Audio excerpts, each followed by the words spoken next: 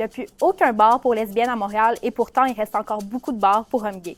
Je t'explique pourquoi. À Montréal, dans les années 80-90, il y avait plusieurs bars qui étaient pour les femmes seulement. C'est sûr que c'était une époque où être lesbienne, c'était encore marginalisé, donc c'est des lieux qui étaient super importants pour la communauté. Je voulais comprendre pourquoi ces bars-là ont tous disparu aujourd'hui, donc j'ai parlé à des experts de l'histoire lesbienne à Montréal. La raison principale qu'on m'a donnée, c'est qu'en général, les femmes sont moins bien payées que les hommes. C'était donc beaucoup plus difficile pour les bars de survivre seulement avec une clientèle féminine, parce que les femmes, évidemment, avaient moins d'argent pour sortir et dépenser. Il faut savoir qu'en général, la culture lesbienne est moins orientée vers la fréquentation des bars, contrairement aux hommes gays. Il y a aussi d'autres facteurs qui expliquent les fermetures, comme la gentrification, la hausse des loyers ou l'arrivée des applications de rencontres. Aujourd'hui, c'est les bars LGBTX qui ont remplacé les bars pour lesbiennes. Ça permet aussi d'inclure les personnes trans et non-binaires.